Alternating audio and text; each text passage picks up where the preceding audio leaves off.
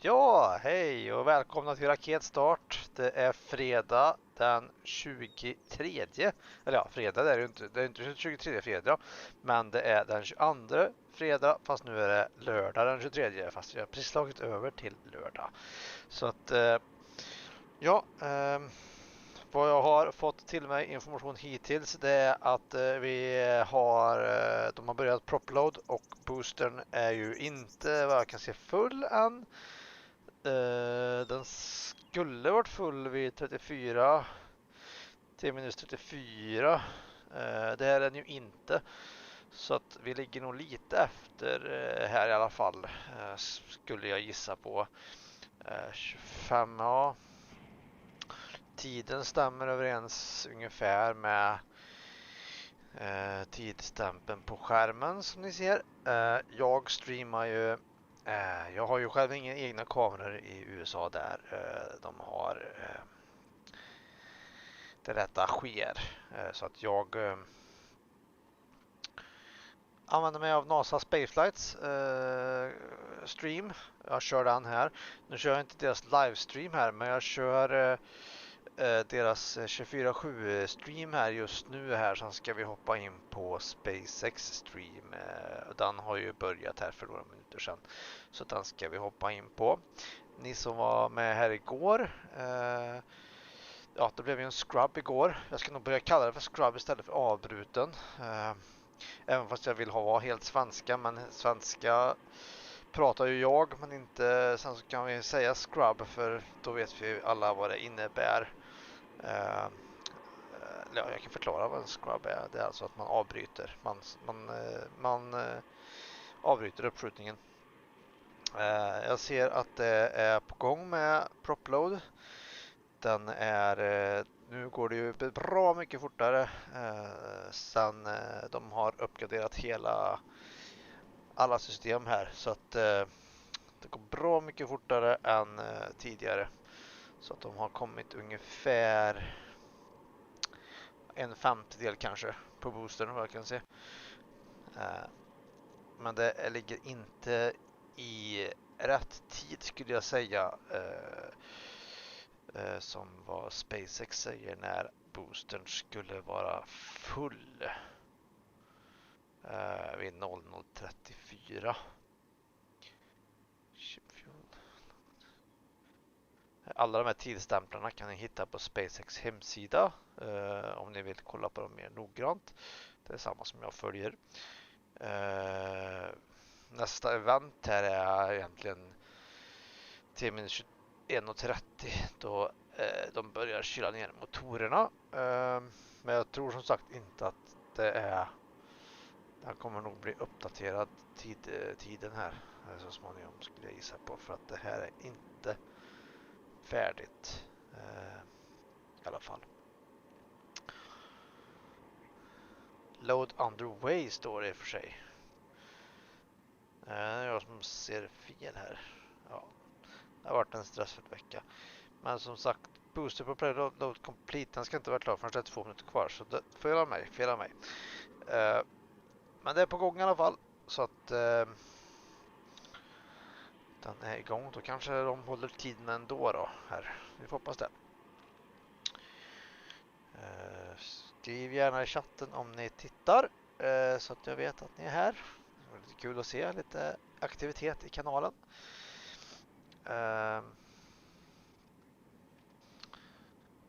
Ja, igår hade de ju lite problem där och vi kom fram till slut om att de hade 3 stycken hold tror jag, om jag minns helt rätt.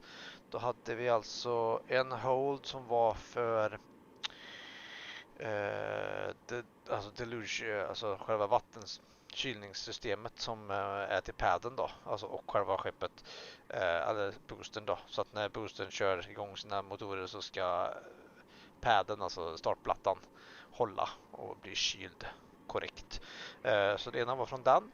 Det clearade de.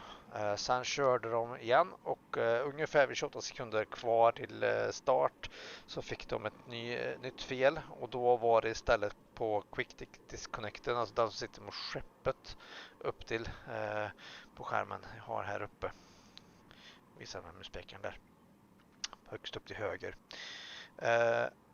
Då var det den som inte hade korrekta värden så att de fick stanna. Och det de gjorde då var att de körde en sån här quick hold, eller quick reset heter det. Och från 28 sekunder så hoppar de då tillbaka till 41 sekunder eller 40 sekunder då och stannar där medan de försöker att rätta ut de här problemen. Och det kommer de säkert göra idag också. De kommer säkert stanna på en hold på 40 sekunder. Vi får se om om det blir så stora problem som det går eller inte. Men förhoppningsvis så stannar de inte en stund, dubbelkollar alltihopa och sen så kör de igång igen. Sen kommer vi då till det sista felet, och då var det alltså, som jag tror har med också den här armen som är till skeppet då, som ska alltså när skeppet eller när hela liksom raketen lyfter då, så ska den här flytta på sig, den ska åka iväg och så att det inte blir skadad. Och då var det en låsmekanism till den som inte kunde frigöras.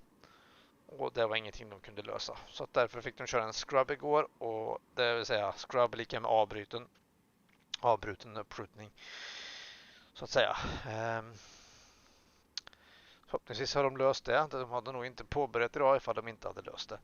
Så att det hoppas vi på. Man får se om det dyker upp andra problem som man inte kan åtgärda. Ja. Så nästa steg här då är alltså de ska ha börjat kört engine shield. Jag tror jag såg någon vy på det här nyss. Vart var jag såg det? Jag tyckte jag såg SpaceX visade en video på den här där de visade att de har engine shield på gång. Det borde synas också att det kommer ut från själva hot staging-ringen där, att det börjar bli lite kallt. Ja. Men det som är att 02:18, det är alltså om cirka 16 minuter, så ska tankningen vara helt klar för Boostern, och strax därefter så är skeppet klart för tankning, och vi ser att det går undan där. Nu har de snart en tredjedel fyllt där. Ja.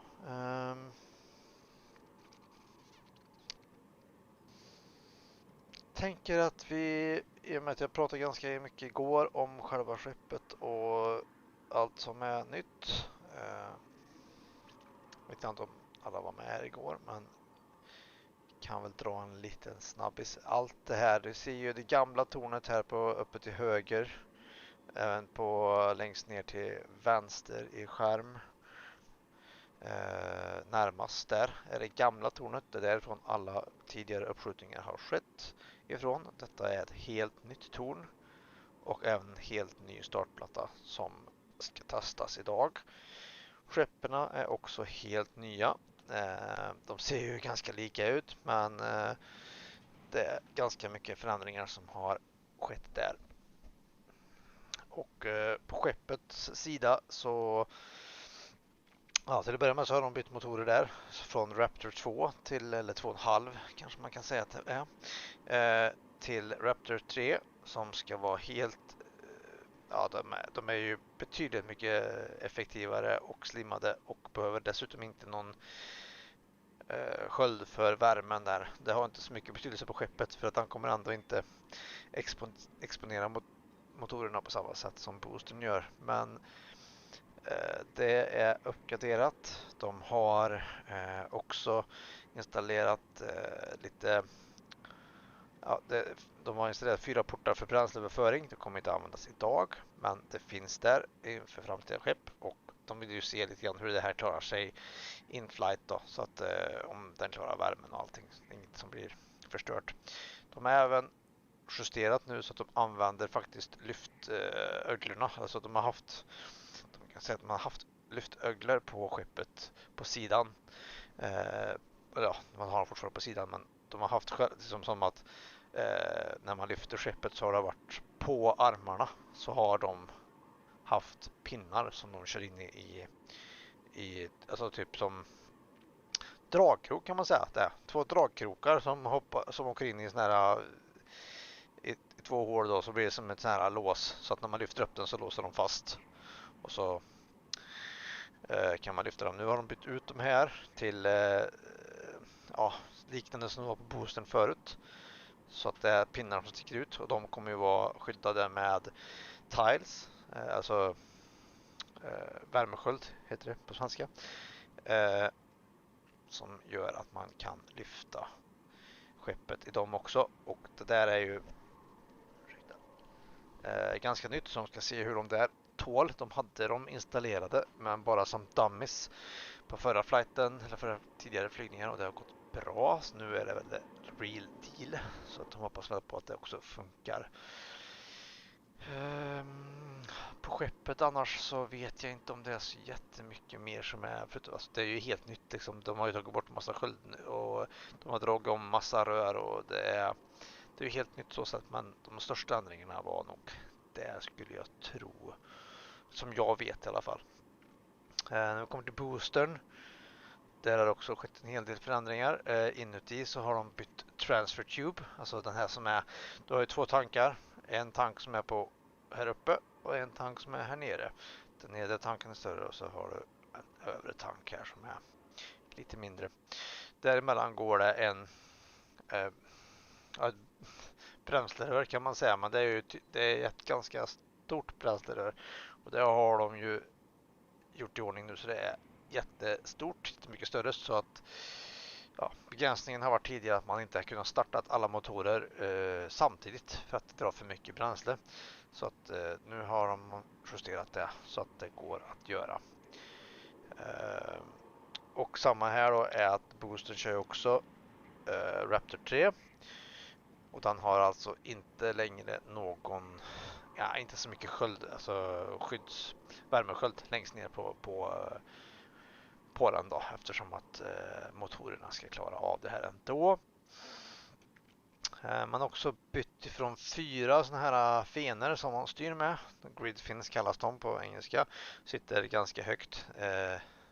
Sitter här uppe. Om ni kollar uppe till höger på skärmen. Så sitter de här. Nu har man bytt till 3. De har haft 4 tidigare.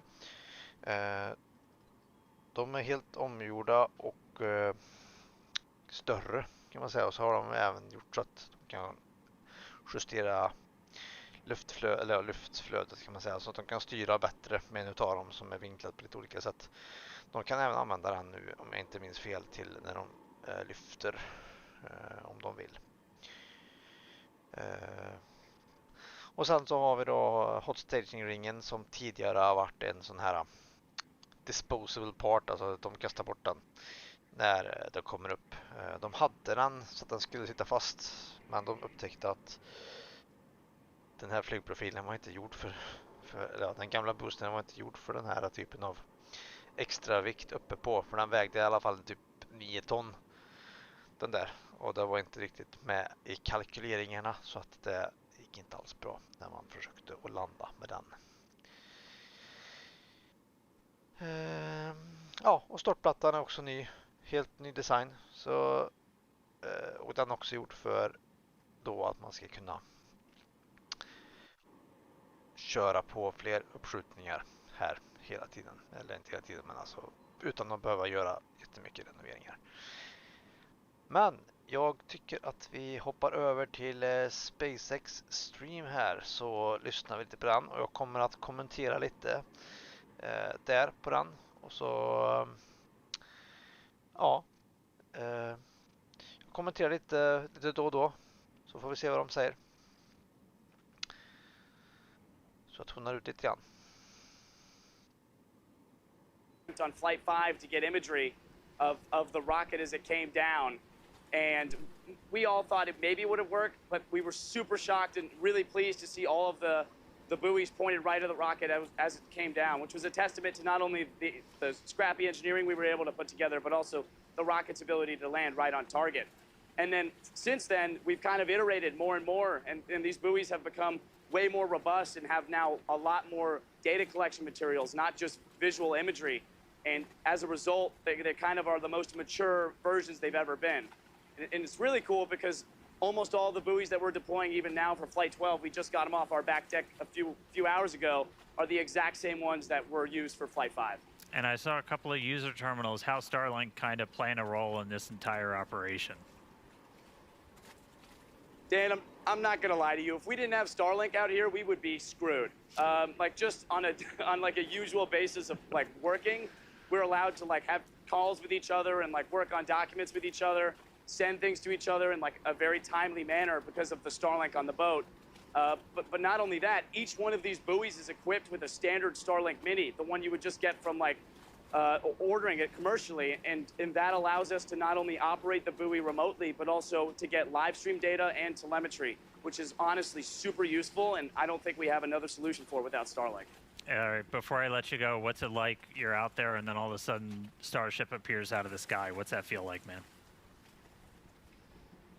Dan, I can't lie to you, it feels awesome. Just like being on the boat, not seeing any land for miles and miles, and then hearing the Starship crack down with its sonic booms and watching it breach through the sky, it is one of the most magical feelings on Earth, and really excited to feel that again today. All right, well, thanks, Surin. Good luck, man. Hopefully we're sending a rocket your way real soon. Thanks for joining us in, man. I'm going to send it now back down to Kate and Jake for the latest progress we're making at Cape Canaveral in Florida.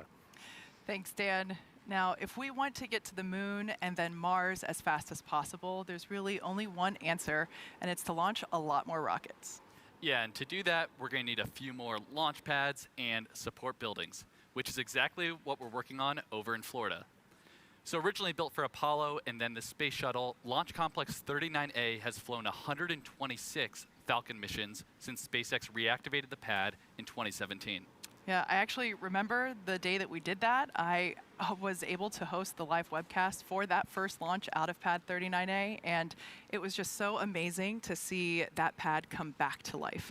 And it's also exciting to see how today, almost 10 years later, the ongoing construction, as you see there on your screen, and the development that will bring a second launch tower to Launch Complex 39A. It's designed to expand our capabilities to support Starship launches in the future, while also continuing to support Falcon Heavy missions from the original Apollo Shuttle Falcon launch tower. Yeah, and we're not done. We're also building a Starship launch pad at Slick 37. And to support the uptick in future launches, there's Gigabay, a giant assembly and maintenance facility designed to prep Starships ahead of Florida launches. And when complete, this huge structure aims to hold 24 work cells in over 800,000 square feet of workspace. It's going to be a big building. So much space. So yeah, SpaceX's future in Florida is quickly taking shape with our very first launches on the horizon. Exactly. A horizon that aims for regular trips to the moon. And speaking of moon, we've got another special guest for you today. Dan, I think the last time you and I were on a webcast with this person was Polaris Dawn, as he was performing the very first commercial spacewalk. That's right, Kate and Jared. I don't know if today will be quite as cool as doing a spacewalk, but we're going to try our best to make it as exciting. Like, thanks for joining us here today, man. You had a heck of an entrance on the way in. It's great to be here. Yep, certainly great to do a little bit of a flyby. I think they should accompany all the great rocket launches, and we certainly got a great rocket out there on the pad. But wonderful to be back, and no surprise, it's always changing here. It looks amazing. I was going to say, it's been a couple of years. What was your impression flying in? It just the lay of the land. Well, I think it was actually maybe 10 months ago. I was here slinging pizzas. I got a new job now, but it was. There's been so much that's changed even since then. Yeah, the facilities look amazing. All the housing that's coming in here, and of course, you got 2 orbital launch pads out there and a rocket that's just looking fantastic, especially from the air. It's good. Yeah, you said you got a new job. It's been a slow start to your first 6 months. I mean, you only sent humans around the moon for the first time since the Apollo days. Bill and I kind of nerded out a little bit. Like, that was that was the last thing I worked on when I was at NASA. So seeing them go was just insane. Like, how's everybody feeling after the success of Artemis 2? Well, I'd say I have the best job in the world, and I certainly work with an unbelievable team. I mean, as you know, that mission was a long time in the making. So I got to show up at the right time to see everybody put all that effort to put it in action. But what a great mission! Those 4 astronauts, you couldn't have had better ambassadors for humankind to the stars. I mean, they really brought us all along for 10 days, and we're getting ready for what comes next. We're going to start stacking Artemis 3. We got a lot of the hardware in the VAB already. We're hoping to even get out to the pad before the end of the year, do another wet dress. So, all right. And we're looking forward to seeing this thing fly, because hopefully at some point in the not too distant future, we're gonna join up in Earth orbit. Yeah, I mean, what's coming up next, and ultimately, like, based on the moon, that's the big focus. Like, what's kind of the why? Like, why are we doing this for everybody? Oh, well, I mean, and yes, we're certainly trying to get back to the moon, but what's coming up next? We're also building a moon base in parallel. And why are we doing that? Well, it's for a lot of the shirts I see around here, which is Occupy Mars. I mean, what a great opportunity. Go to the moon, return to the moon, build a moon base on the South Pole, interact with the water ice, right? Maybe work on some of those skills we're going to need when we're 4 days away from home for what we might need someday when we're 9 months away from home. But we got other things coming up too. You got Nancy Grace Roman, that telescope's going to launch later this summer. There's a lot of great, exciting things going on at NASA right now. Yeah, man. All right. Well, SpaceX, we're custom built to try and make life multiplanetary. We're super honored, excited to be part of this entire Artemis program. Really excited to see Starship, sending people to the moon, all of the different pieces working together. It's going to be a really exciting future. Oh, absolutely. Well, thanks for having me here. It's great to see everybody. Again, I know a lot of hard work leads up to a moment like this, so we're all rooting for you, and we're looking forward to meeting up next year in Earth orbit. All right, man. Well, I'll let you jump back in there. We've got about 4 minutes to go. Toss it back down to Kate and Jake. Yeah, I think it's safe to say we could listen to you guys yap about the moon pretty much all day. It's so inspiring to hear about the future of exploration on the moon. And if you caught the show yesterday, you also heard some more future space exploration news. Yeah, that's right. From to Mission Commander Chun Wang will be one of the first humans to become an interplanetary traveler. Don't think I've ever said that word before. While also joining Starship's first mission to fly past the moon. Yeah. Incredible. Amazing. In fact, that Dragon capsule that you saw there was Dragon Resilience. That is the same Dragon spacecraft that Administrator Isaacman flew in both Inspiration 4 and Polaris Dawn. So it's a good one. Now, Dan, we're now coming back into a terminal count again. Anticipation is definitely growing as we proceed towards our second attempt. Once again, this is the first flight. We're aiming to fly for the first time, Starship version 3. Massive upgrades across the vehicle that you see at the pad there, as well as the pad itself. The good news is we've had a pretty quiet countdown today. We are looking at a green range still, not tracking any issues with our weather, with the vehicle, or with the pad for a launch. We are now getting into the phase where we're closing out prop load on the ship, and then Booster is going to close out in about 15 seconds or so. Once we're fully done with this, you're looking at 11.5 million plus pounds of liquid propellant on board Starship and Super Heavy. We're going to get the pad itself ready, push back all of the propellant that's in those lines running from the farm up to the launch mount, just kind of harden the area and get it ready for launch. We're going to peek inside, hopefully see the engines do a little wiggle as we do our final steering check. That'll happen at T-minus 100 seconds, and then after we get through T-minus 40. If you tuned in yesterday, you're very familiar. If we need to hold, we can go into what's called rapid recycle, essentially, where we can hang out at T-minus 40 seconds. It's built in. We're only going to hold if there's an issue, not currently tracking one. They can pop up after we pass T-minus 40, but right now we're looking good. Hopefully going to move right past that. And then once we do pass T-minus 40 seconds, a number of events will occur in quick succession. That is when the QD vent gate, or quick disconnect vent gate, will clear the gas commodity lines that connect the pad to the vehicles. Both the ship and the booster will configure their comm systems for flight and will rapidly run leak checks on gas and fluid tanks. And the booster goes to internal power, and its engines will get their final priming for launch, while the ship's engines begin their ascent bleed profile and arms the automatic flight safety system. Yeah, and once we pass T-minus 40 seconds, we still have the ability to rapidly recycle the count under certain conditions back to T-minus 40 seconds. And Looks like we might be getting some engine wiggles here, as Dan mentioned earlier. These allow us to check out the thrust vector control actuators on these engines. It's important to make sure that they can steer. yeah, that's definitely right.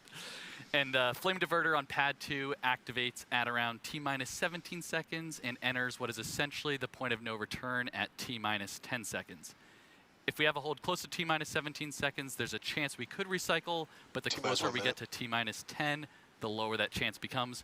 We just heard we're at T-minus 1 minute. Yeah, so at this point in time, we're going to stop talking. We're going to let the rocket take over and listen to some amazing pad sounds of the first flight of Starship version 3.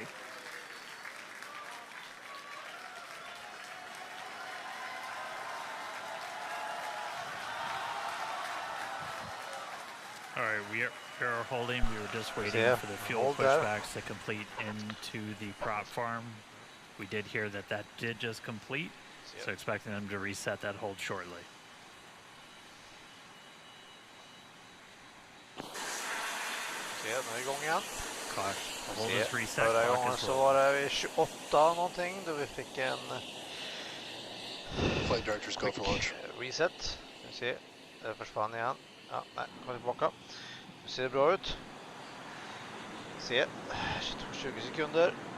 Ska vi se, jag måste upp till trillinje här. 20 sekunder.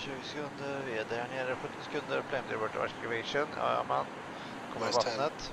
9, Booster in startup, kom in 3. 7, 6, 5, Bra, ska vi se som händer. Det exploderar inte. ignition. Alla motorer igång. Och där drar vi iväg.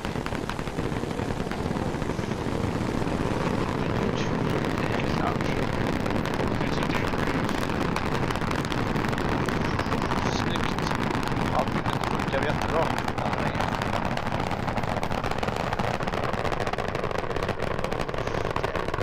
Jävlar vilken fart den har.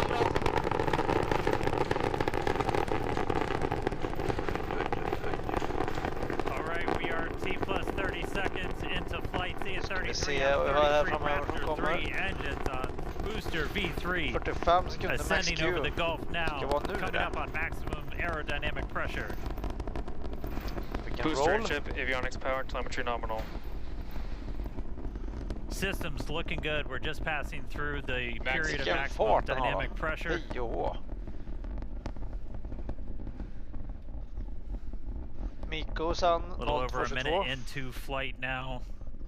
Vibrations chilling out here at Star Factory as we continue to watch Ser jättebra Starship ut. Flight 12 arc out Vilken over the skillnad Gulf. det är The från next första. major thing coming up is going to be hot staging.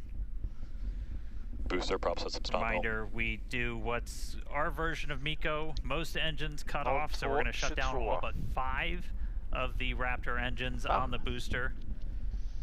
Okej. Det var nytt. And then after that happens, we're going to ignite the 6 engines on ship while it is still attached. We have clamps that hold the 2 Nervös together. för, Those are going to retract inside of that stagingen. hot stage ring, kind of protect them. Looks like we had one of the engines go out, still flying on 32 of the Raptor engines. But again, once we get the hot staging, those 6 engines on the ship are going to ignite. Vad är det för något som... We're going to do it in a little bit different of a sequence on version 3. Essentially, those 3 RVAC engines will ignite first. Almost immediately after, just See, one of the those super central heavy engines is going to ignite. Engine cut-off här snart. And that's going to give the booster a bit of a kick, sending it in a known Om allt är direction, som det ska. followed shortly after by the Straight other cut off. 2. Ja, där fick vi alla utom 5 då. Då ska We're vi se through hot Miko. staging. Huge separation. Sker där. Snyggt. Oj. Vad ska den ta åt? There you go, successful hot staging separation. Den bara drar iväg. We're not seeing as many booster engines ignite as we expected for boost back. Nej, precis. Nej, där. But we are seeing 6 good engines lit on ship. Oj, det gick inte bra. It looks like we just had an early boost back shutdown Again, a reminder, the booster was planned to essentially head into the Gulf for a splashdown, but it has shut its engines down early on into boost back. And we just see one of the RVACs, so we're now running on 5 engines on ship. We do have engine out capability, so it's going to continue into its ascent. Boostern gick inte alls bra med. You got booster on the left there, ship on the right. Ship avionics, power and telemetry nominal. We're not planning on bringing the booster back for this flight, as this was the very first time.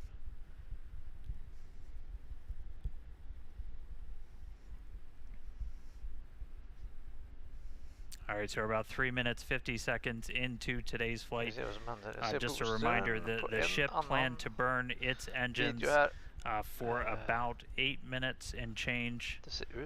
About 8 minutes and 11 seconds was our planned timeline for today. That could shift slightly, as we do have one engine out, running on one fewer RVACs.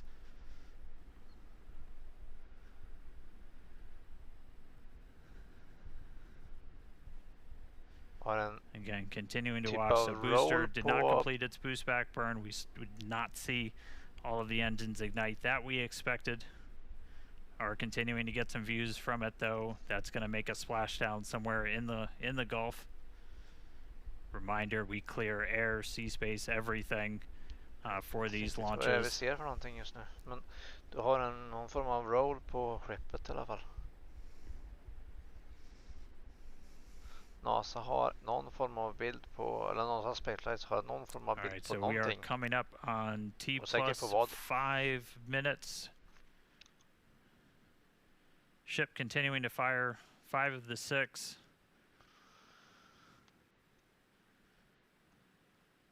Standing by for callouts, making sure ship's on its planned trajectory. Again, we are planning a suborbital trajectory for the ship today.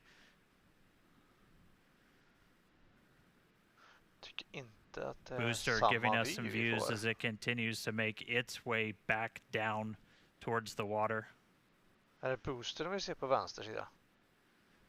All right, so a little over 5.5 minutes in flight. Kate, Jake, you guys with me? It looks like booster's starting to come in hot. Yeah, we had the opportunity to stand outside to watch launch, and wow, that was incredible. Yeah, that was really loud, really shaky, and I was actually surprised how fast the booster got off the pad, or the whole stack. That was quite incredible. Absolutely. So we have views here from the booster coming back down, making its way into the Gulf.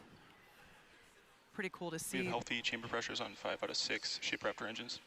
Great news there for Starship. Bra. Jag trodde den var helt borta. Hände någonting. Once again, we were not going to bring the super heavy booster back to the tower. We were planning on having it land in the Gulf. Hände någonting med den? Vad som hände vet jag inte. And it looks like the booster ended its mission there in the Gulf, but we've got a ship still flying. Great to see that. Still have 5 out of 6 engines there on S39. Yes, we also heard good chamber pressures as well on those engines that are lit. We do have engine out capability. We do see that we have one of the RVAC, one of the Raptor vacuum engines that is currently out, but that's okay. Ship is continuing on. Amazing views of planet Earth there in the background. Yeah, I love the S39 decal there. That just gives the ship a little bit of character. And again, all these great views brought to you by Starlink, of course.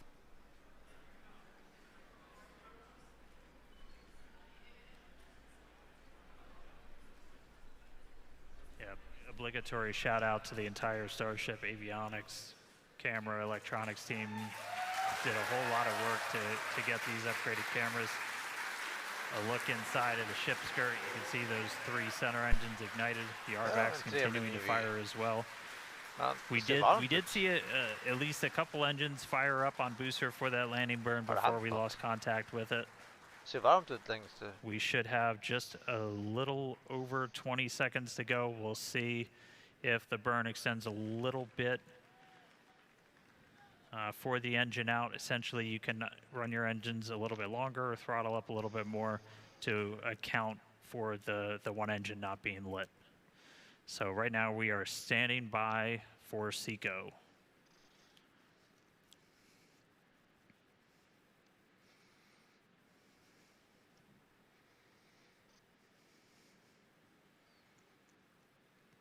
And again, we are continuing to go a little bit longer.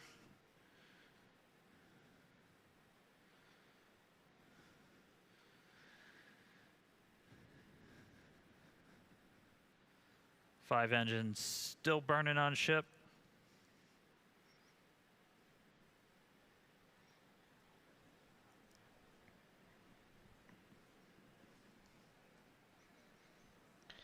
Ska se om jag hittar flight 11 här sen. We are coming up on T plus 9 minutes.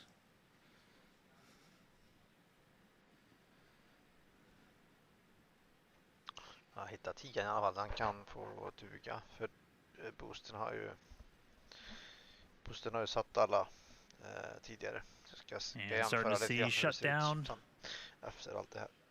RVACs have shut down. Sea levels are shut down. Så där. Det går bra för skeppet. I alla fall. Vad vi kan se. Vi ser om de gör allting som de har tänkt att göra också. Det ska bli intressant. Seeing if we can get an update on the ship orbit insertion, but we have shut down again. We did run longer as we were engine out. We were flying with 5 of those 6 Raptors pretty much the whole time. Men alltså, de har fått ändå upp Ship skeppet. FTS is saved.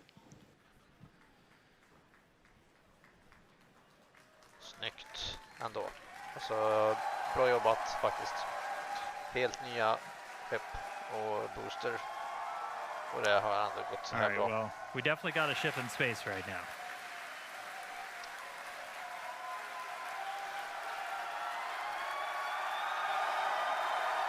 Som sagt, de kommer behöva trimma in booster lite grann och se vad det är som inte fungerar med den nya designen. Så att, ja. Det ska bli As you can intressant att see, se. the teams are incredibly excited to see Starship there in Vi space. ser alla We are tider kvar där awaiting the fram här call också. out of nominal insertion. So we're going to stand by for that. Support. We can see the flaps moving here, actuating. But wow, the cheers here in the lobby are certainly almost as loud as liftoff was. Yeah. Man, a lot of action going on. And, you know, we said at the top of the show, excitement guaranteed. And we're only 11 minutes in. We still have a lot more to go here on the mission today. So all objectives are done on the booster. So now all eyes are on the ship as we get ready for our in-space objectives. Exactly. So like I said, we're still standing by to hear the call out for nominal orbital insertion, but we've got a few minutes before the next milestone. So we're going to continue. We've got some amazing views here of the ship. Wow, it's just that this is our planet. This is our home. Får se ifall det kommer några andra vyer på boostern sen. Vad som händer As a med reminder, the objectives den for såg ut ship som också today not only included the separation that we saw, but we're also planning to deploy 20 Starlink simulator satellites as well as 2 Dodger Dog satellites. That's what our internal teams refer to as our newer satellites. We saw a preview of those earlier. We should see those deployments here in a little bit. We're also hoping to perform a relight of a Raptor engine as well. Yep, that's exactly right. And the relight will look a little bit different this time. We're hoping to get a little bit of a longer duration. Of course, we got to see once we get there. And that relight won't actually be changing our orbit necessarily, but we're doing it more so as a technology demonstration.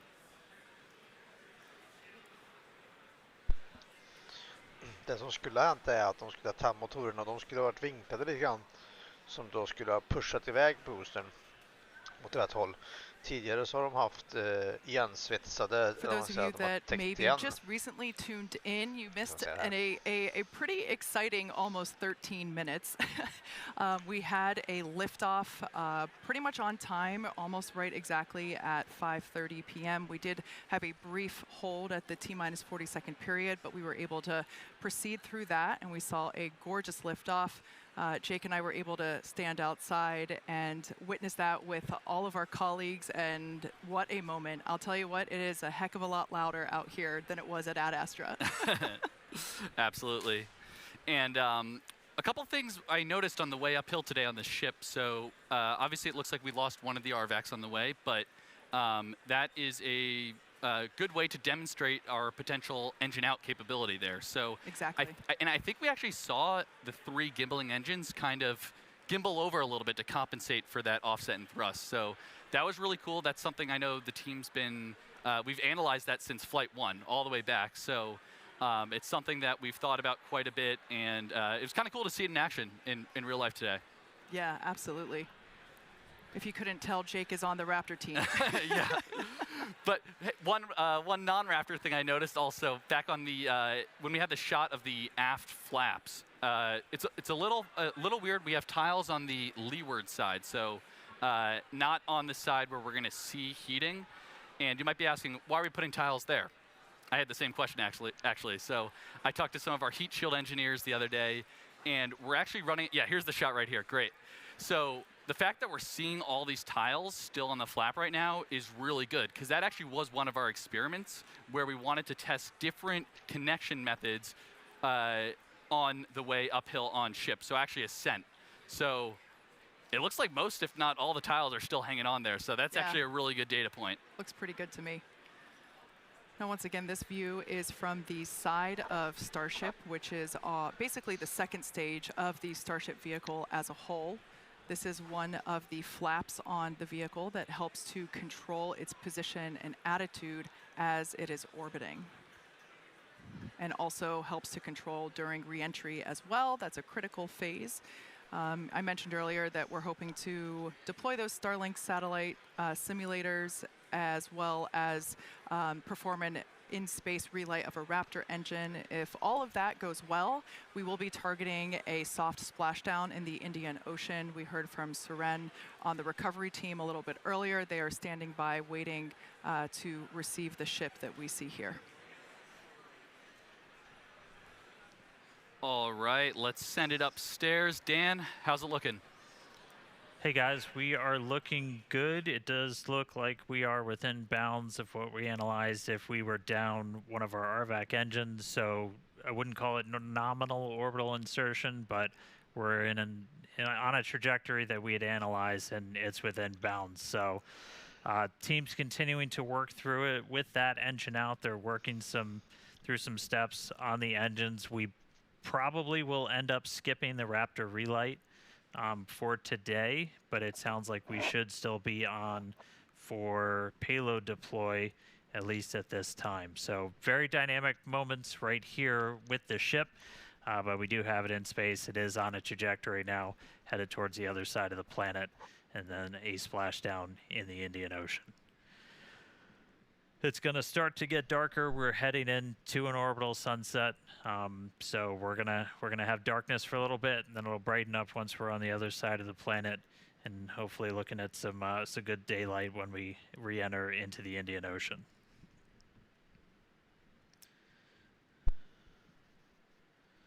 Då får vi se här. Det var tankt att det ska vara vid 17 minuter ska vi få en payload demonstration. Men vi ser att den kommer upp här. Men det är osäkert om det kommer ske exakt då, eftersom att de hade en motor som inte fungerade där på Starship. Så ska vi se om de gör det precis då det var tänkt att de gör, eller ifall det behöver. All right, so we're a little over 17 minutes into flight. If you're just now catching up with us, we did see a liftoff right at the top of our window. Super Heavy getting off the pad, initially lighting all 33 of those Raptor engines, got through a successful hot staging. Initially lit 6 engines on ship, had 1 RVAC go out on the way uphill, but still able to make it into space. And right now we're trying to see if we are going to get into payload deploy still. We're coming up right on the part of the timeline when we were expecting it. You look inside a Starship there. Oh, Där har de öppnat dörren I i see alla a fall. door opening. Så det var ganska nära ändå. Looks like Hal didn't wait. Pez door is open. Just a reminder, we've got 22 deployables in the payload bay today. 20 of those Starlink mass simulators, and then 2 are Dodger dogs, as we like to call them internally, sitting up their modified V2 Starlink satellites. Those are going to be testing a bunch of components that we're planning to fly on Starlink V3, and we've also got them outfitted with a number of cameras for another tech demo that we're trying out on this flight.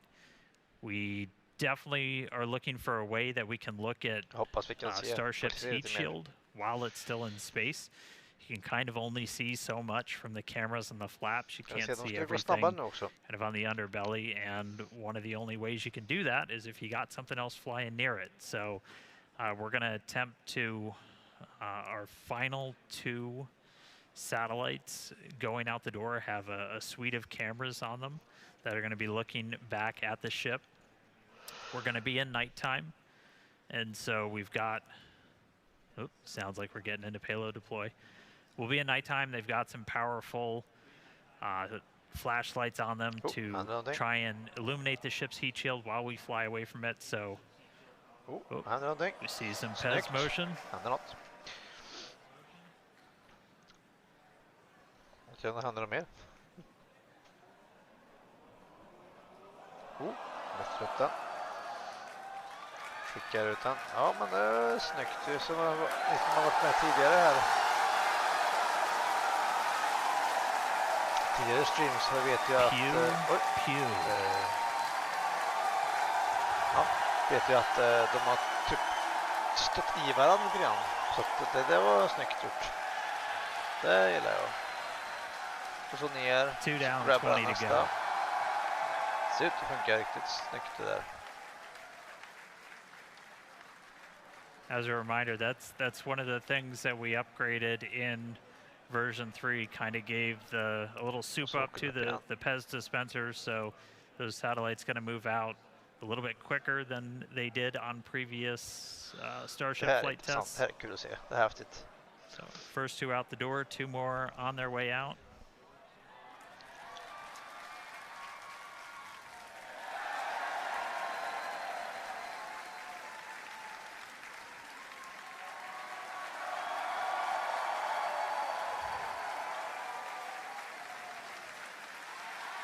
Ja, det funkar ju. Right, de kör skarpast lite nästa gång. Ska jag kolla lite mer på den mekanismen? Ja, jag är inte fräsig. Flexing my basic math skills here today. Again, the majority of this stack, 20 of these 22 satellites, they're essentially just mass simulators, so they're roughly the same size as those Starlink V3 sats that we're hoping to fly later this year.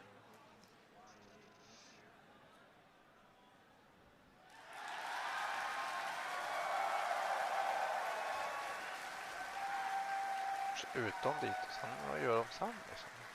And from this top-down view, so you're looking down at the stack, those 2 satellites you see on the very top, that they'll look very different. They've got solar arrays, they've got a bunch of other deployables on them that we're going to be testing out that are going to be V3 tech, and they've got 3 engineering cameras and then 1 other camera that's hopefully going to be giving us some views of Starship in space.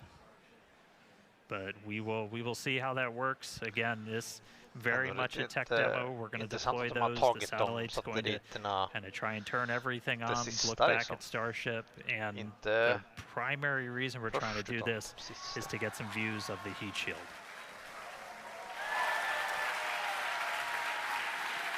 All right, 2 more out the door. Two more out the door, and I think that counts, or that comes up to 8 total. As you can tell, the teams are stoked to see this demonstration happening. It's pretty incredible to see this happening live from space. Now, as we noted earlier in the show, but worth repeating, this Starship, version 3, is built to deploy up to 60 of Starlink's more advanced V3 satellites. Everything's V3. Designed to offer 60 terabits per second of downlink capacity per satellite. Now, that is 20 times more than each Falcon 9 does today. Incredible. All right, I think that's number 10 going out the door. Yeah, there it goes.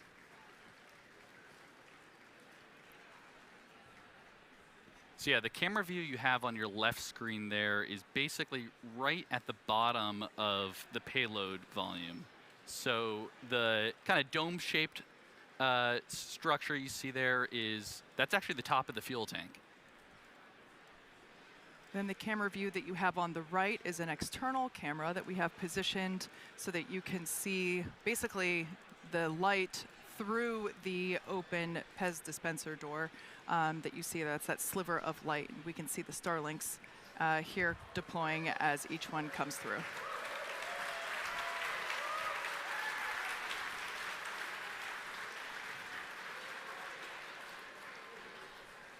As we mentioned, we have 20 of these Starlink simulator satellites, and then we have 2 of these specially modified, as we call them, Dodger dogs around here.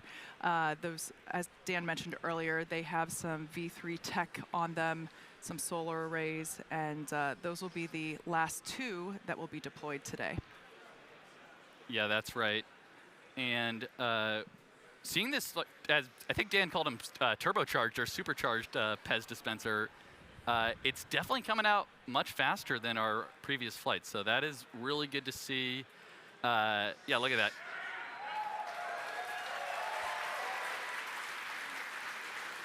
And especially once we, fill Starship up all the way with around 60 or so of these Starlinks, being able to deploy them fairly expediently is going to be important for designing the overall mission profile.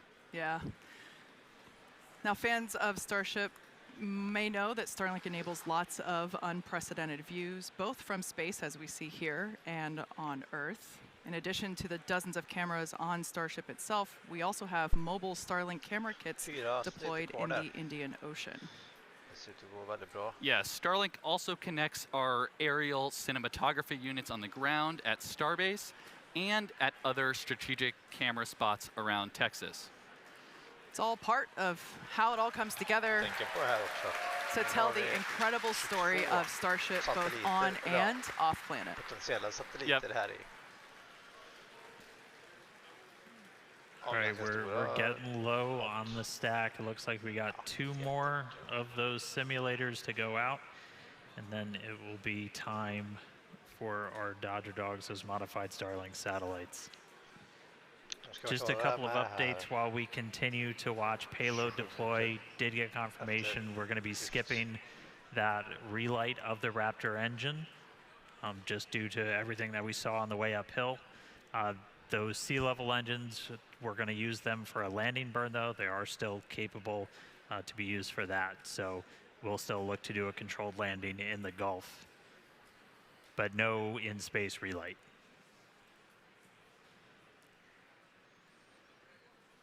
All right, I think that's 19 and 20 headed out the door. Se ifall vi får några fräsiga vyer. Jag vet inte hur And then coming up our Dodger Dogs. So these are modified V2 Starlink satellites. We do have a number of cameras on these that are going to attempt to look back at Starship. We're not going to get this video in real time, but we're going to try and turn it around if we do get some video down. So don't worry, if we get views of Starship from these satellites, we will be sharing. Nej, jag tror för dem det. Jag tänkte också att de måste koppla upp These will be exciting because again, they're really a tech demo, getting our chance to test out some of the technologies for version 3. Ja, men de har fått till det bra. Så tänker jag på att de har... All right, I think that's 18 and 20. My basic math skills are failing now. All right, here we go. 22 satelliter på 27 minuter. Där ska vi komma till 27 minuter. ändå. Så att jag menar, det är ju, den är ganska effektiv på att slänga ut dem. Det.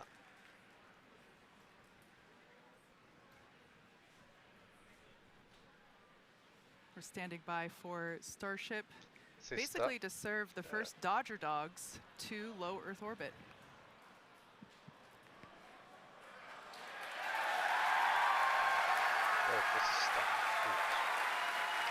And one out the door.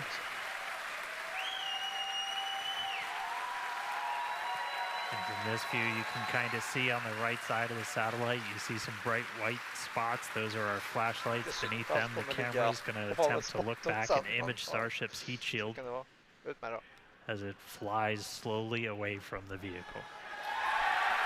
And there it goes.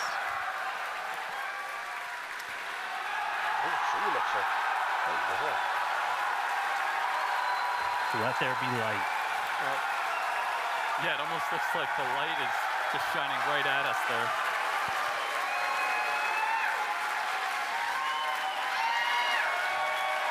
If you couldn't tell, we're pretty excited. Yeah.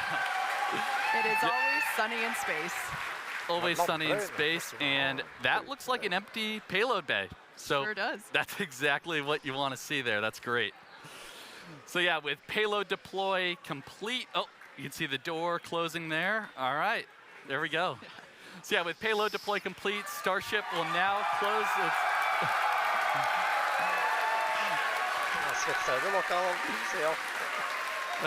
Yeah, Starship, we closed the payload door, and we're going to continue to coast around Earth all the way to the Indian Ocean. So still a lot of major events to come today. Sounds like we're not going to hit that Raptor relight based on what Dan was saying, but after that, of course, we'll have the atmospheric reentry and splashdown. And with that, we're going to go on another quick coast. So sit tight, enjoy some amazing space views and the space jams, of course. And we'll be back in a few minutes for Raptor relight, or excuse me, not for the relight, but we'll be standing by for atmospheric reentry.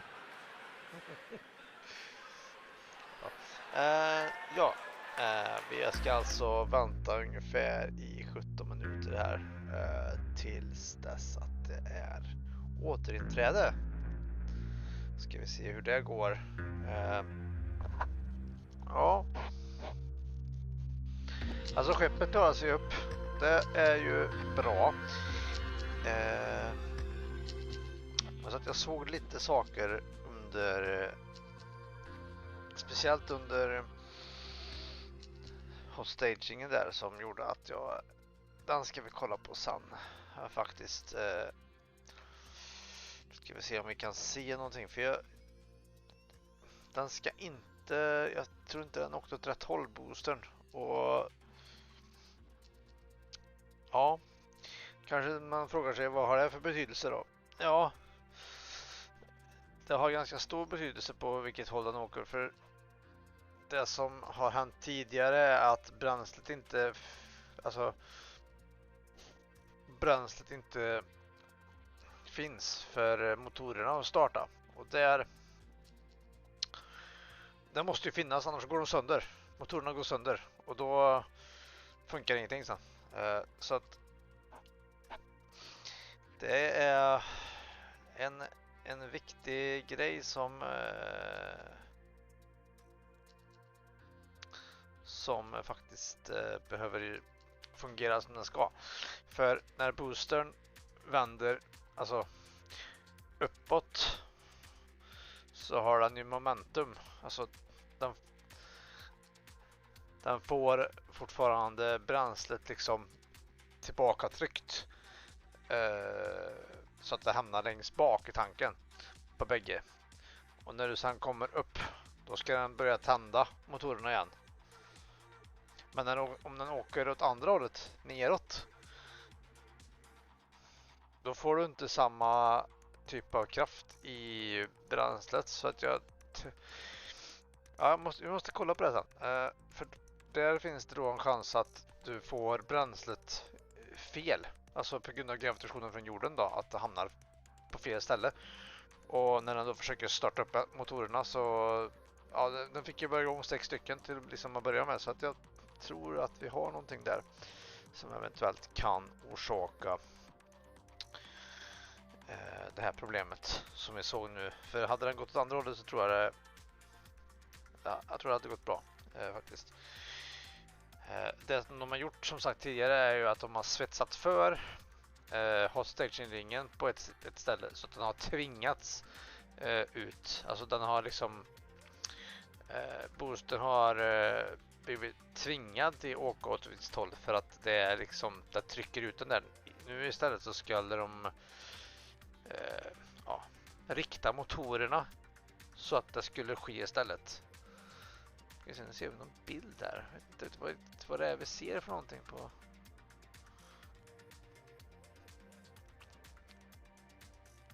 Ja. Någonting är det. Men det är rätt dålig bild.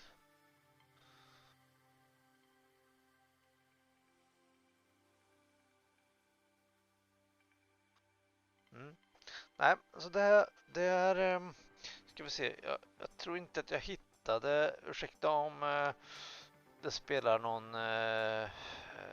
något ljud här. Jag försöker bara hitta rätt video här, men jag tror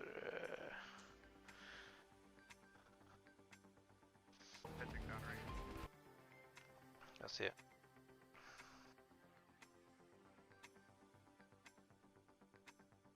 Jag har en video där. Den kollar vi på sen. Ska vi jämföra lite grann hur det ser ut. Det var anledningen till att jag reagerade så där när jag såg det första gången, att det var så här, ska den verkligen åka åt det hållet? Det känns inte rätt. Och som sagt, åker den åt fel håll så kommer allt de har gjort tidigare, för de har ju liksom de har ju planerat det här från början och allting är ju byggt utifrån hur den har gjort det tidigare. Och gör den inte så nu längre så då är det klart att det inte kommer funka. Så att skulle nästan kunna gissa på, jag vet inte om vi fick se någon vy från motorerna när de startade. Jag kommer faktiskt inte ihåg det. Så här. Men det ser vi sen här. Vi kan kika igenom. Men där har vi någonting då som eventuellt kan bidra till att det gick som det gick.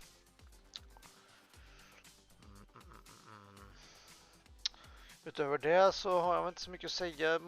En motor på skeppet slutar funka. Det exploderar inte, så det är bra. Den stängde av sig.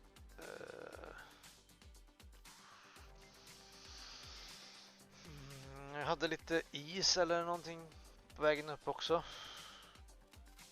Osäker på vad det kan ha varit. Vi får kolla på det också. Eller ja, det vet jag inte. Det kanske är oviktigt också. Vi får se sen hur re-entryn funkar. Om den är smärtfri eller ifall det går och att det landar som det ska. För landar det skeppet som det ska så har de i alla fall fixat minst 50% av dagens agenda. Så att ja.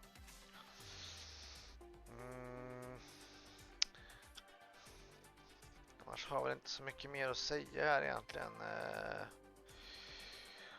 Det är alltså 10 minuter kvar här till att vi påbörjar återinträde. Det var kul att se den nya pestdispensern. Den har ju utvecklats något. Förut så hade de en mer liksom att, ja vad kan man säga, att det var själva mekanismen som drev ut den. Alltså hela mekanismen, det var inte så att den stannade och sen tryckte ut dem, utan den mekanismen som sköv ut dem skulle vara den som gjorde allt jobb. Så att den har de fått till väldigt snyggt tycker jag faktiskt. Att den liksom åker ut, stannar och sen trycker ut den det sista. Så att den verkar fortfarande ha kvar den typ glidskeden eller någonting, så att den har kontroll på hur den trycker ut deliterna. Så det var snyggt. För förut så hade vi ju minst en som slog i, ja, den började wobbla lite grann när de tryckte ut den.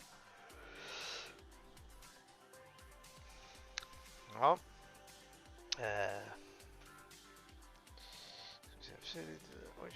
Åh, där ser vi kamera från... Åh, nu får vi se by från... vi får se från satelliten. Nice! Coolt! Det är första gången.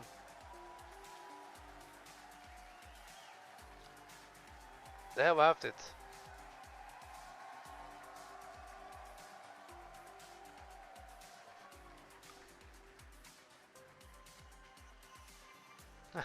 Jag ser att folk gapar lite. Vad händer? Oh, där slår de på lamporna också. Oj, oj, oj, oj, oj. Vilken häftig vy. Vilken häftig vy. All right, so surprise. Looks like our cameras did work. We made contact with both of those satellites. We're going to roll that back again. Again, this is a view from one of those satellites as we deployed. It looks like this was from the last one out. Flashlight turning on, taking a look at Starship in space. The way this system is set up is the satellites are essentially recording it, then making contact with our Starlink constellation and then transferring that video back down to us on the ground. Tänkte det. Måste ju få kontakt med satelliterna först. De andra satelliterna och sen... Starship in space. Sen på med lampan. Poof. Aside from just being really cool, this was our test to try and develop a free flyer that we could fire outside of Starship's payload bay, look back at it, and then do essentially a pirouette with Starship to get a look at the heat shield, where it's going to be really important when we start bringing these things back for a catch, which we are hopefully doing in the not too distant future, as they are intended to be fully reusable. But this will give us an opportunity to look at the heat shield while Starship is still in space. So there was a glimpse. We'll see if we get any more video down from those satellites, but I mean, that's one we've been chasing for a while, so really cool to see it come to fruition here on Flight 12. All right, coming up on 40 minutes into the flight, and we should start hitting the reentry period in the next 7 minutes or so. You'll start to see a light show building up.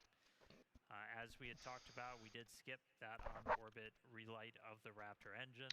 It was not needed for our trajectory or anything. We are on this suborbital trajectory to splash down in the Indian Ocean. We are going to attempt a landing burn. We'll see how they perform when we get there. And just a reminder, we are going to be stressing the ship on the way in.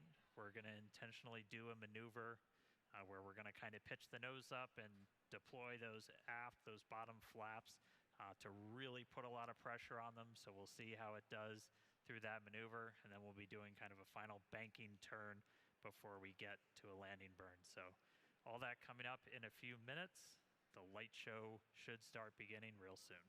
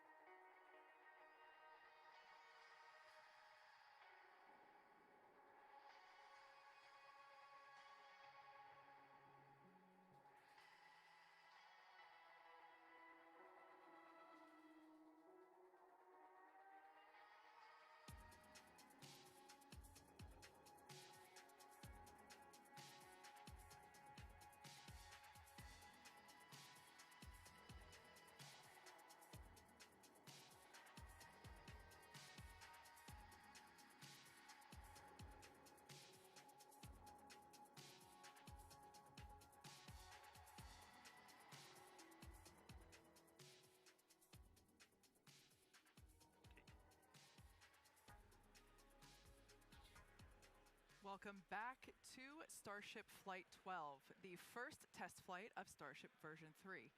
As Dan mentioned earlier, we were able to make contact with the modified satellites just shortly after deployment. And as you may have seen, we got some sweet views of those sats looking back at the ship. Pretty cool to see. Yeah, those views were incredible. Now, as you see on your screen, currently the ship is re-entering the Earth's atmosphere. This is the plasma starting to build up on the exterior of the vehicle. Now, we do not plan to recover the spacecraft today, but rapid and reliable reusability is the ultimate goal. Yeah, that's right. And re-entry is a critical phase of flight, and we need information on how the ship's systems perform. Re-entry is an extremely demanding portion of flight where we essentially have to scrub all of the energy we used to launch the rocket back off in reverse. So the 18 million pounds of thrust that we had off 33 of those Raptor engines. Just a little. Just a little. We're now, and then another, several minute burn on the ship. We're now basically undoing all that energy here via aerodynamic braking, essentially. And of course, Starlink is a big part of it, as that's what allows us to actually gather this data and show these live views. And again, the data gathering is really the main reason why we're doing these flight tests. So Starlink provides us just one more path to collect that data that ultimately allows us to rapidly iterate Starship's design. Now, if ship manages to make it all the way through re-entry, we'll collect valuable data on the spacecraft flying through the Earth's atmosphere at these hypersonic speeds, which is basically more than 5 times the speed of sound. Now, we do anticipate that it might be a little bit of a spicy re-entry, so we'll see how far we get. Re-entry is typically a portion of flight where we don't have communications with the spacecraft because it's re-entering at or around orbital velocity, roughly 8 kilometers per second, or for those of us that think in other units, roughly 5 miles per second. At those speeds, the spacecraft is moving through the atmosphere, and it creates that plasma field that we saw forming around the vehicle. Yeah, and although the plasma looks really cool, it does distort some communication frequencies. So it's not uncommon to experience brief blackouts in communication. Of course, thinking long-term here, Starship is designed to land on Mars where there are no runways or other humans to help out. That's why we're going with the propulsive landing instead of a more traditional means like parachutes. Propulsive landing, not only, again, is it more cool, but it enables a more rapidly reusable rocket. Yeah. Verkar inte som att as the ship makes its way back någon annan har tänkt på when we i alla hear fall entry max heating and entry max Q, that means the ship has made it through the maximum heating and aerodynamic loads that it will experience as it så att det var någonting med fel med hot stagingen. And you can see in the bottom left right now, we're at 23,500 kilometers per hour speed.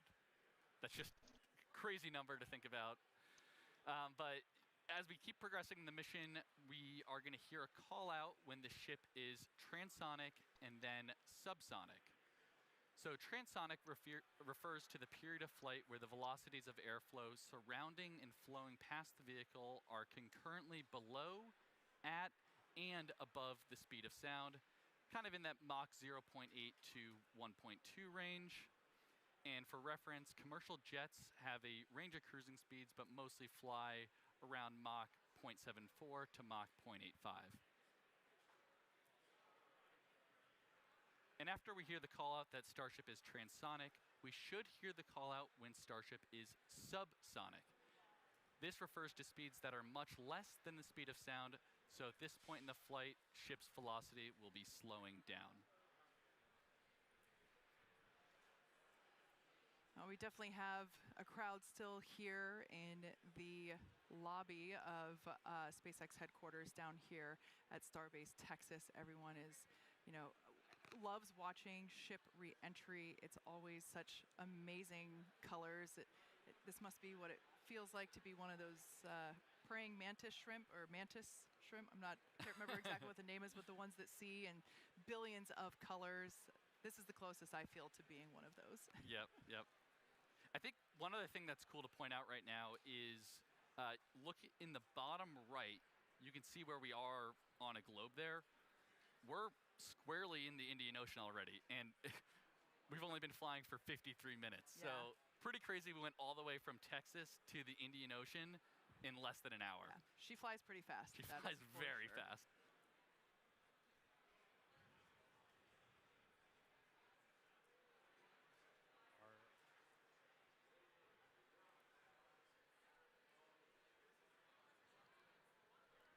All right, so the light show continuing. We are Ska se hur det klarar sig. period of peak heating, and we'll be looking at the peak pressure coming up in the next couple of minutes. The next 10 minutes are probably going to be the spiciest of entry today.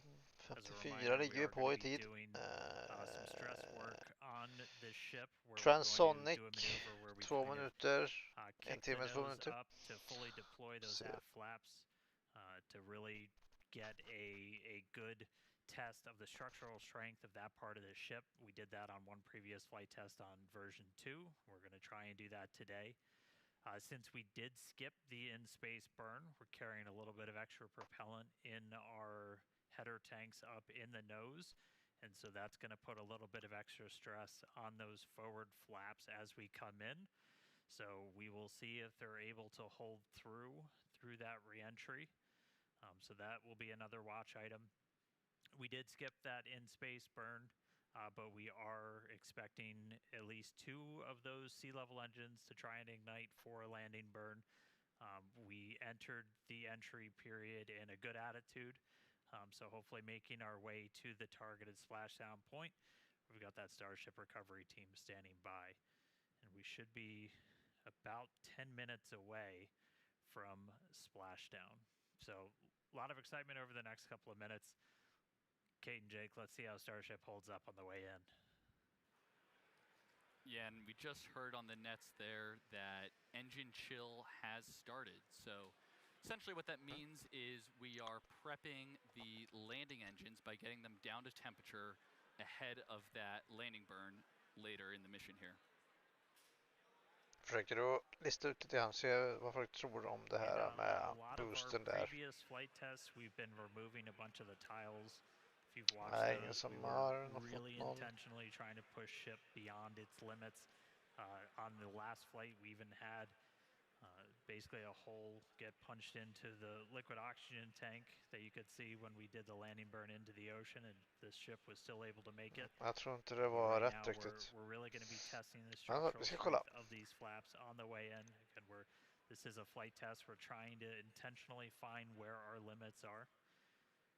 And in this view, you're looking at a whole bunch of tiles. I think Jake talked about it earlier. We bonded some additional tiles to the leeward, or kind of the metal side of Starship, to see how those different bonding techniques would hold up. And looking like we've got quite a bit still attached. Men det är bra så länge de kommer längre än många version 2-skepp i alla fall. Så att det är bra. 16.1. So still extremely fast, although we have, scrubbed off a substantial amount of our speed already. Altitude at a little less than 60 kilometers.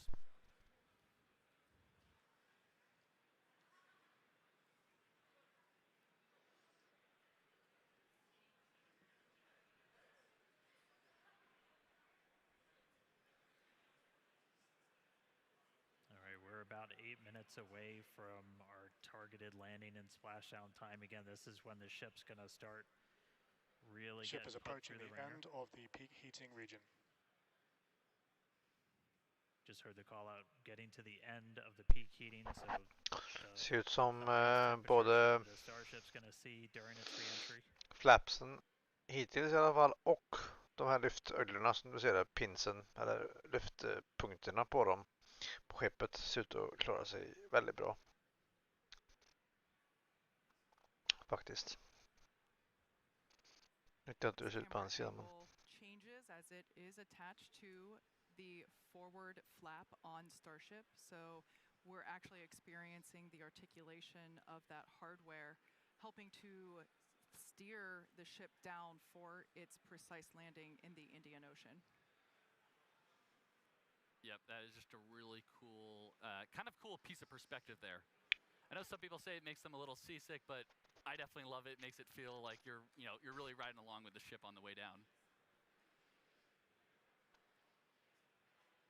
Yeah, and aside from just looking cool, all these camera views providing just really critical data on how the heat shield, how the flaps themselves are holding up. That's why we've got these in the flaps and then all scattered all around the ship so you can see how they hold up. There's some internal to the vehicle too that, and we're getting all of this video back via Starlink, even as we're just enshrouded in plasma. We're able to kind of operate at a high enough frequency to punch through, and that is blue ocean and sunlight you're seeing just beyond the flap. So we are coming down into daylight, hopefully splashing down in the next 6 minutes or so in the Ser in väldigt the bra Indian ut Ocean. I övrigt. We've still got a couple maneuvers lined up. Så where för we're mycket gonna är be det. really stressing the flaps on the ship. So Ship has passed through the peak heating region. External temperatures are coming down. Wow, that is incredible news. As Dan mentioned, we were expecting this re-entry to be super spicy, but excellent news that we're now past that period of peak heating and that now the external temperatures are starting to decrease. Ser jättebra ut. Those heat shield tiles there Än så länge. on the belly of Ser the ship, ingen really doing a ton of work vi på to främre burn flapsen off dock. all of that inertia that the vehicle had prior to re-entering the atmosphere. Yeah, and you can tell by the G meter down on the bottom right that we're starting to pick up a couple more Gs here, so we're definitely entering the thicker part of the atmosphere where we're scrubbing off all that energy, like Kate's saying.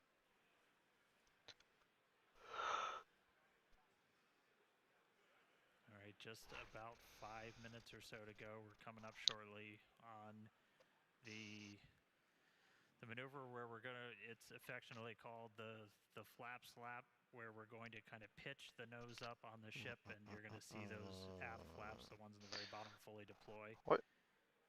Nu gör vi någonting.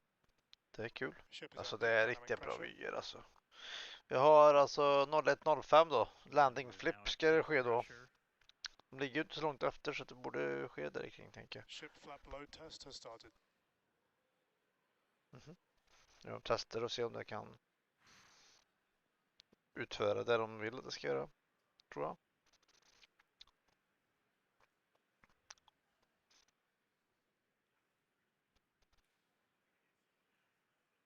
Alltså det ser bra ut alltså. Looks like it's holding. Again, the intent of that was to put just a lot of extra stress on those aft flaps. We are expecting the forward ones too to see a little bit of extra stress as we've got a little more propellant in our header tank, so the area right at the very nose of Ship Starship flap load that kind test of is complete. hammered through that test. There we go. And we just did that test at Mach 7, just for reference there. So we are still going incredibly fast.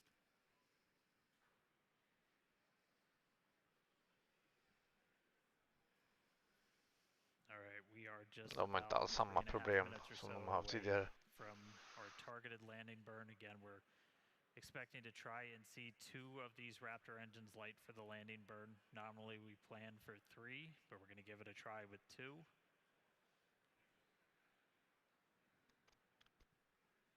Hopefully we've got Ship is starting the RTLS banking maneuver.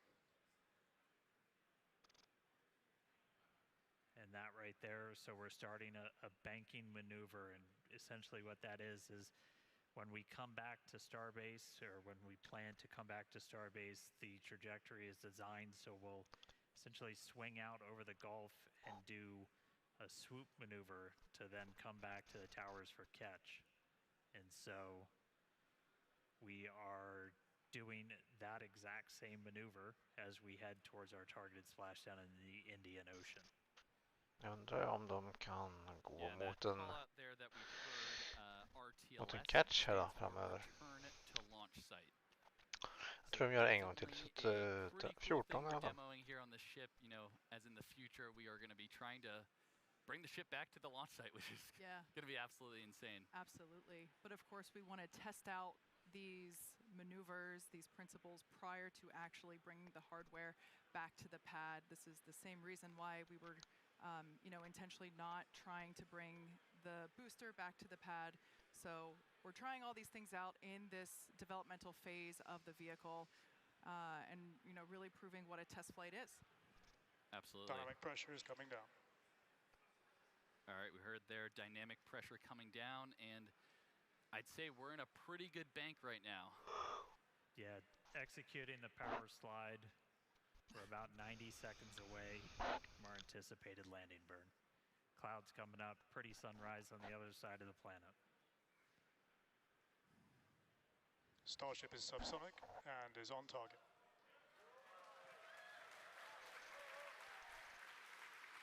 The crowd here reacting to that call out, letting us know that we are on target for this precise landing in the Indian Ocean. This will once again be a soft splashdown.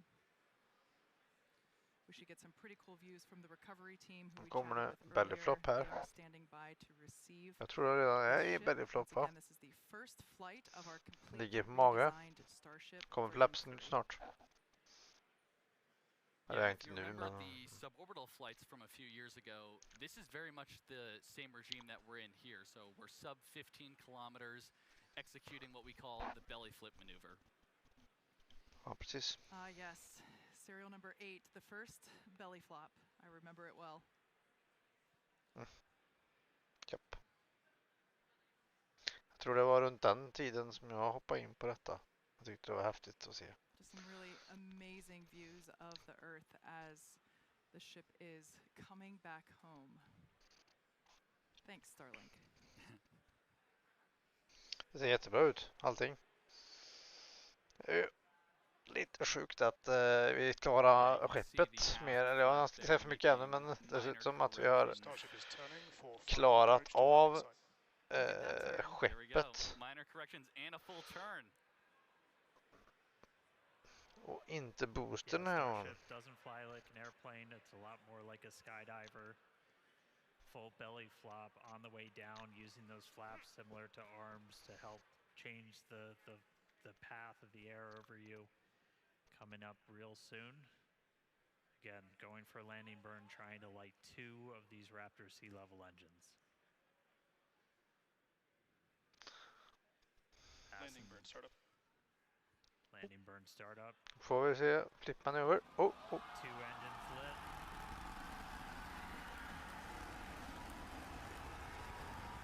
Successful flip. Ser vi bojen. Buoy cam Starship is testament. landed. Good shut up. Bang! Ja.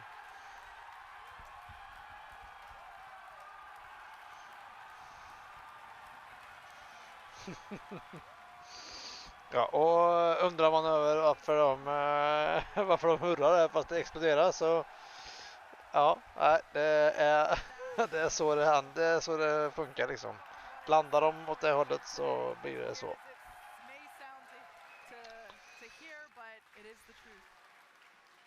Absolutely wild. At the beginning of the show,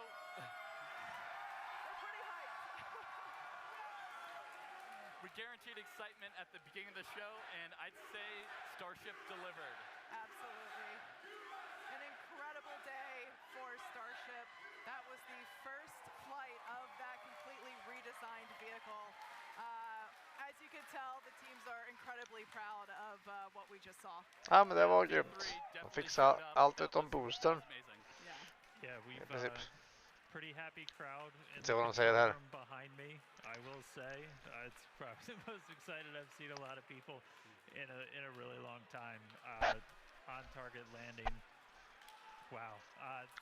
Actually, let's jump over. Hey Tyler, how's everyone holding up in Hawthorne? We're having a great time, Dan. Thank you so much. That was another exciting Starship flight in the books, and we hope that you enjoyed those awesome Starlink views. So congratulations to the team at Starbase and everyone here and around the company. So many employees have contributed to the Starship program as we continue to iterate and make progress towards a multi-planetary future. So that wraps it up for us here in Hawthorne. Thank you guys for tuning in. And back to you, Dan. All right, thanks. So just to recap, we lifted off right at the top of our window, 5:30 p.m. Central Time. We were able to see the booster light 33 of those Raptor engines get off the pad and ascend over the Gulf. Successful hot stage separation. Initially lit 6 of those Raptor engines, lost one of the RVACs on the way uphill, and then the booster didn't complete its full boost back. Its mission ended a little bit early, but landed in the clear area that we had set in advance. Once we were on orbit with ship, we were able to get through our payload deployment, 22 satellites, the 20 simulators, the 2 Dodger dogs, which successfully turned on cameras. We'll see if we got any more views from those. So obviously stick around. Skipped the Raptor relight, but made it through re-entry, on target landing in the Indian Ocean. You saw those views. Starship made it. It's been a long time coming. We're really excited to see this vehicle fly, and there are several more on the way. So that's going to do it for me up here. Send it back down to Kate and Jake and everybody who I hope is at least a little bit excited down in Star Factory. Oh yeah, it is absolutely insane down here. We would, of course, want to thank the fine people of Cameron County, including the residents here at Starbase, as well as the Coast Guard, the Federal Aviation Administration, the Government of Mexico, and of course, the Australian Space Agency. Yeah, so honestly, just huge congratulations to all our teammates here at SpaceX. And everyone who's supported the Starship mission just in general here. It's been a massive effort, really incredible. Yeah, there's a lot of people that worked really hard to make things look easy, so shout out to those teams. Now be sure to follow SpaceX on X for updates and more exciting views that we didn't get to show you on today's live program. I have a feeling we'll see some pretty amazing stuff come from those demonstration satellites that we were able to show some initial footage of. Now, if you're interested in more launch coverage, head on over to our profile on X. We also have SpaceX.com/launches for you to check out for the most up-to-date information. So thanks to all of you for tuning in. We're going to close it out and celebrate with our colleagues. Thank you so much for tuning in, and have a great night. We'll see you next time.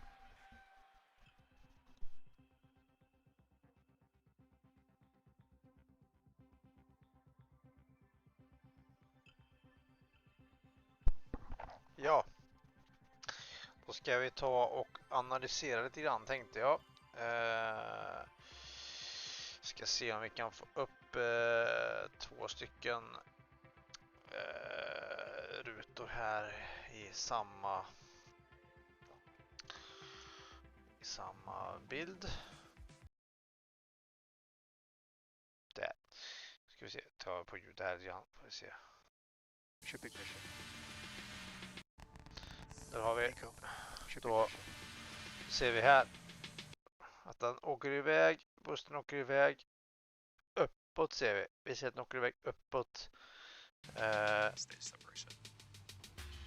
Ja. Och så ska vi kolla på det här klippet där istället. 5 of the Raptor engines on the booster. And then after that happens, we're going to ignite the 6 engines on ship while it is still attached. We have clamps that hold the 2 together. Those are going to retract inside of that hot stage ring, kind of protect them. Looks like we had 1 of the engines go out, still flying on 32 of the Raptor engines. But again, once we get the hot staging, those 6 engines on the ship are going to ignite. We're going to do it in a little bit different of a sequence on version 3. Essentially, those 3 RVAC engines will ignite first. Almost immediately after, just 1 of those central engines is going to ignite, and that's going to give the booster a bit of a kick, sending it in a known direction, followed shortly after by the other 2. Det här tror jag gick fel. We're through Miko. New separation. Så han kommer gå neråt här. Jag kommer ihåg. Ja, inte riktigt, men inte alls samma håll. There you go. Det är faktiskt där som jag tror att det här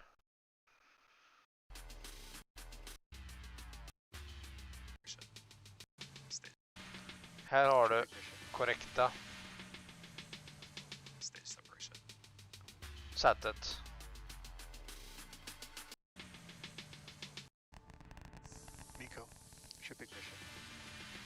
Ser liksom att den åker väldigt, det åker mot, alltså du gör en loop uppåt. Här gör den inte en loop uppåt.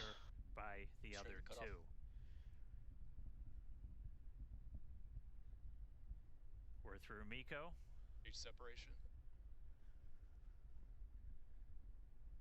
Den åker liksom snett neråt, så det här känns inte rätt. Nej. Det där blir inte bra. Sen ser vi att han kommer, att han liksom här, och så tappar han motorerna här. Och sen så börjar han att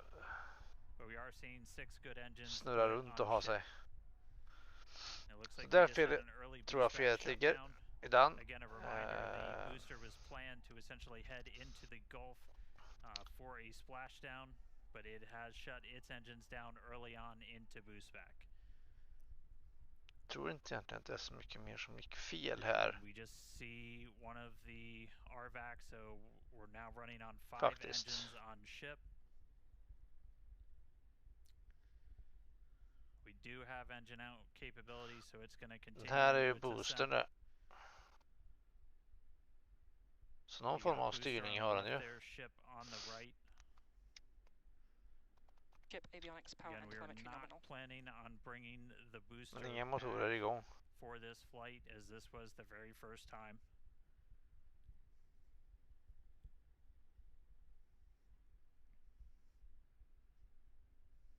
All right, so we're about 3 minutes 50 seconds into today's flight.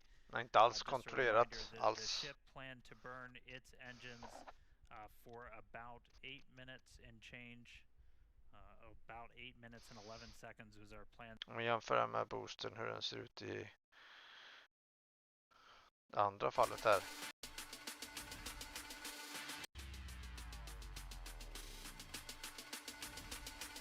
Jag tror det är klippt det här. Det måste vara klippt.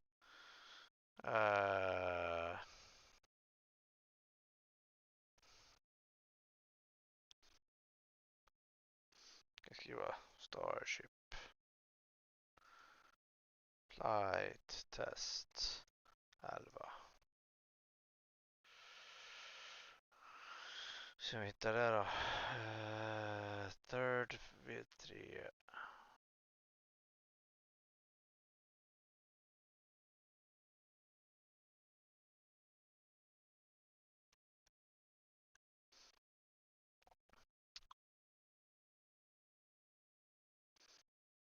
Där ser det kanske rätt ut. Like that on test. So that right. Se. Demonstrate. Free. And landing burn. Landing burn startup. Those middle engines shut down during the Turning off. Down. So that's the first of the 2 burns. The thrust level in now. Där har vi den igen.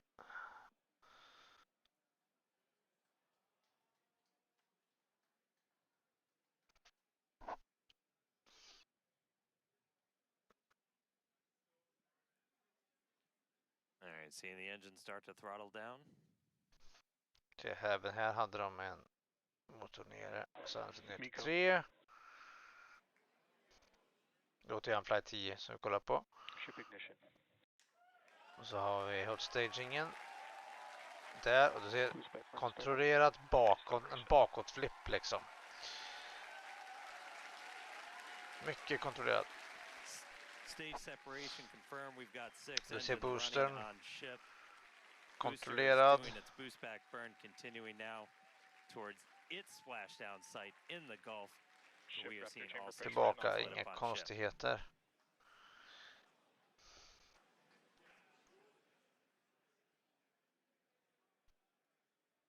You heard them report ship chamber pressures nominal, so that chamber pressure, just that expected thrust level. Nu ser vi liksom att det är väldigt kontrollerad återflygning av boostern. Ingen spin, ingenting.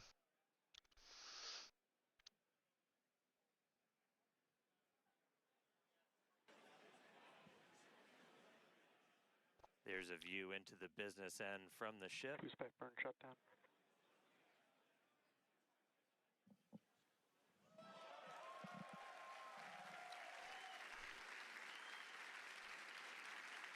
All right, so at this point we finished our boost back burn, so that was shut down. So that's Så det ser jätteannorlunda ut här i det här after a fallet. launch that the booster is going to do today. So now it's headed towards the Gulf.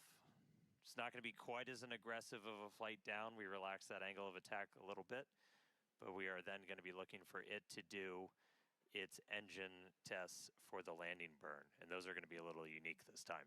Yeah, typically we start with all 13 inner engines lit for that landing burn and bring that down to just the center 3. But one of our test objectives for today is to simulate what an engine out situation would look like. So we're going to be intentionally turning off one of those center 3. Så jag tror bara att det handlar om det. Vilket håll boostern har åkt åt. Så de måste justera så att den åker åt rätt håll. Sen tror jag allt funkar. Där är den typ. You can see it floating away there to the left of the booster. Yeah, we did see one of those middle engines shut down during the ascent. Again, we are resilient to engine out on super heavy. That's why we're able to get through our ascent. Jag tror bara att det handlar om det. Starship flying on the expected path. There's still a chance that engine could be back in the mix. Det är väldigt kontrollerad flygning. Så att vi går tillbaka en gång till bara för att se exakt. Det var precis här.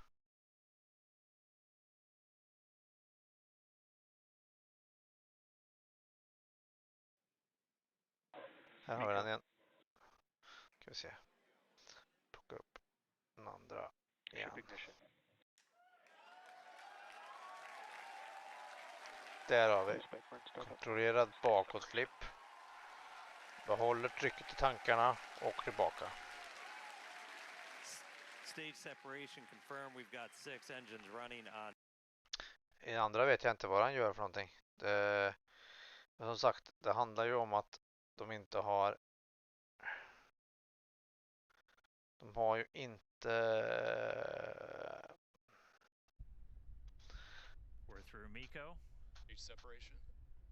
De har inte. Alltså de bara faller ner. Och när du har det här som du har här. There you go. Successful. Då blir det väldigt konstigt i tankarna. Sen flyger den bara. Ja, den ska ju göra en bakåtflipp. Ska den göra. Så jag tror absolut att det har med det att göra. Var det något mer idag? Tror inte det var något mer. Vi kan kolla på landningen. In the Indian Ocean, we were able to again the intent turn to launch site. Landing burn startup. Landing burn startup. 2 engines lit. Kommer lägga fler videos på det här. Men, ja. Där har vi bojarna. Snurrar runt. Här har vi någon drönare också hade vi. Så kaboom. Men det är inte konstigt att det händer. Så det är bara först när de börjar fånga någon som de kommer att vara hela, så att säga. Ja, det var allt det. Kan ta lite. De hade ju faktiskt lite fräsiga grejer här i mitten också. Essentially just mass simulators, so they're camera. Just det här ska vi se. Det här steget här hade de ju lite grann var att de stannade. Förr så körde de ju hela vägen ut här med den här. Och nu stannar de här. Och sen puffar ut dem lite grann. Mycket mer kontrollerat än vad det var tidigare. Och sen så hade vi fick någon här video här. Vart var det då?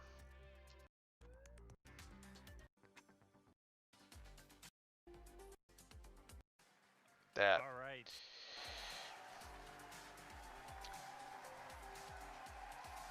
Det här är ju lite häftigt då. Eller jävligt, väldigt häftigt är det att se.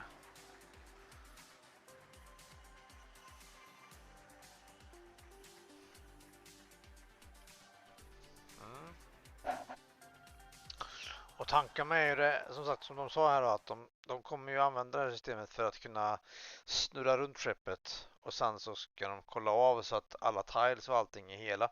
Och det här ser ju häftigt att se. Det här har vi väntat på länge, att de ska komma med just de här vyerna här. Surprise. Ja. Looks like our cameras did work. We made contact. Ja.